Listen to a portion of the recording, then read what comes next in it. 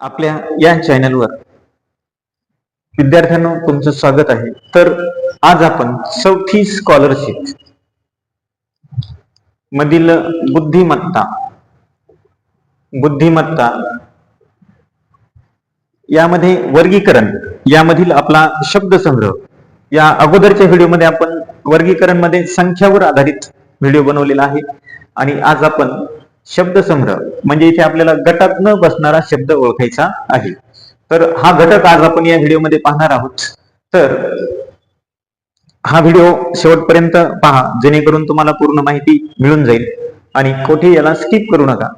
म्हणजेच तुम्हाला गटात न बसणारा शब्द कशा प्रकारे ओळखायचा असतो हे लक्षात येऊन जाईल. तर आपण व्हिडिओला सुरुवात करूया की आपल्याकडे इथे 4 आपल्याला शब्द दिलेले असतात आणि त्यामध्ये एक चुकीचा असतो. ते आपल्याला शब्द ओळखायचा असतो आणि त्याचाच तोच पर्याय आपल्याला गोल करायचा असतो. मग इथे आपल्याला 1 नंबर मध्ये मंगळ, पृथ्वी, शुक्र आणि चंद्र असे 4 दिलेले आहेत. आपण जर पाहिले ते सगळे हे काय आहेत आपले ग्रह आहेत, सूर्यमालेतील ग्रह आहेत. परंतु इथे जर आपण चंद्र हा जर पाहिला तर हा आपला काय आहे, चंद्र उपग्रह आहे. म्हणून हा आपला उत्तराचा पर्याय येतो. आता आपण दुसऱ्यामध्ये जर पाहिलं तर पारा, लोखंड, चांदी आणि जस्त. आता हे आपले धातू आहेत सर्वच, पण इथे पारा जर आपण पाहिला तर हा धातू काय आहे आपला की स्थायू मध्ये तो राहत नाही. बाकी सर्व हे स्थायू रूप मध्ये राहू शकतात.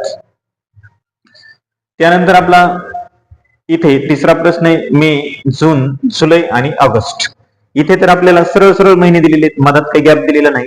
मग आपल्याला हे काय करायचे आहे की इथे आपल्याला प्रत्येक महिन्यामध्ये किती दिवस असतात त्यावरून हा भाग आपल्याला लक्षात येऊ शकतो. आपण जर पाहिलं तर इथं हा मे हा 31 दिवस असतात, जून मध्ये 30 दिवस असतात, जुलै मध्ये परत 31 असतात आणि ऑगस्ट मध्ये सुद्धा 31 असतात. मग 3 महिने 31 दिवसाचे, 1 महिना 30 दिवसाचा आहे. म्हणजे तेच आपलं उत्तर आहे, पर्याय क्रमांक 2 जून.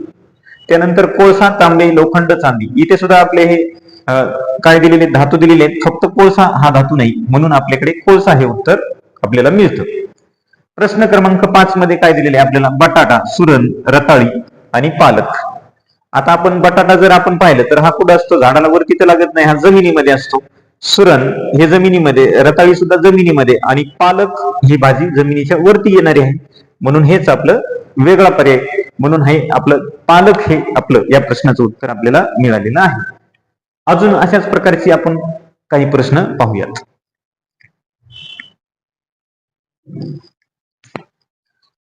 आपला प्रश्न क्रमांक 6 आपण घेतलेला आहे ते की कान, नाक, हात आणि डोळे अशी 4 पर्याय आहेत. तर कान, नाक, हात, डोळे यामध्ये जर आपण पाहिले तर आपले ज्ञानेंद्रिय आहेत त्यामध्ये आपले कोणते असतात, कान, नाक, डोळे आणि हात तर नाही. मग आपल्याकडे जीभ आणि त्वचा हे 5 आपले ज्ञानेंद्रिय आहेत. मग हात आपलं हे काय आलं, उत्तर आलेलं आहे. आता आपल्याकडे आपण पुढील प्रश्न आहे, झरा, तळे, ओढा आणि नदी या 4ही मध्ये पाणी असतं. पण आपल्याला काय आहे की झऱ्यामधलं पाणी हे वाहत असतं, तळ्यामधलं पाणी हे साठवलेलं असतं, ओढा आणि नदी मधले सुद्धा पाणी वाहते असते. मग 3 ठिकाणी पाणी वाहणार आहे आणि एकाच ठिकाणी पाणी काय होत आहे, ते जमा झालेलं आहे. म्हणजेच आपलं उत्तर तळे.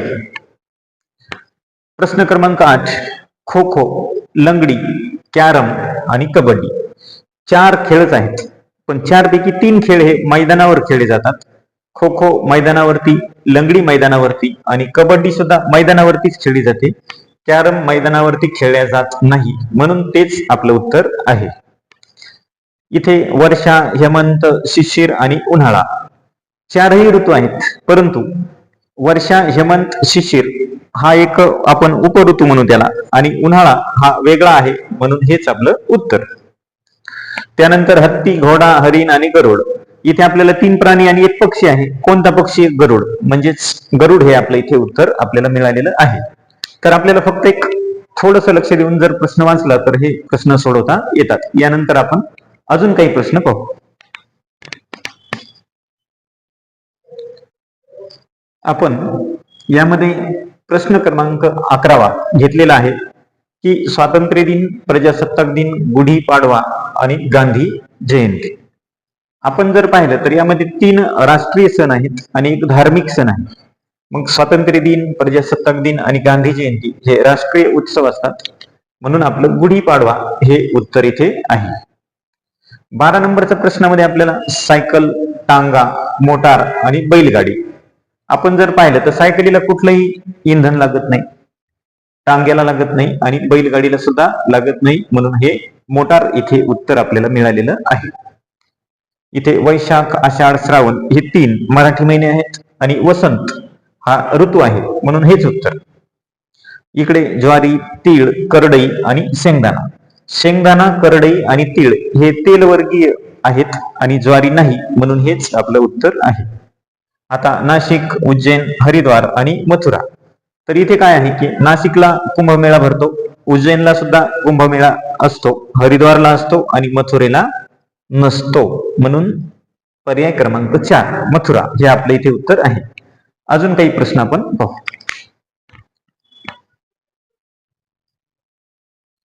आपण यामध्ये प्रश्न क्रमांक 16 घेतलेला आहे. व्यास, त्रिज्या, शिवा आणि कर्ण. इथे जर आपण पाहिलं तर व्यास हा वर्तुळामध्ये असतो, त्रिज्या सुद्धा वर्तुळामध्ये असते आणि जीवा सुद्धा वर्तुळामध्येच असते.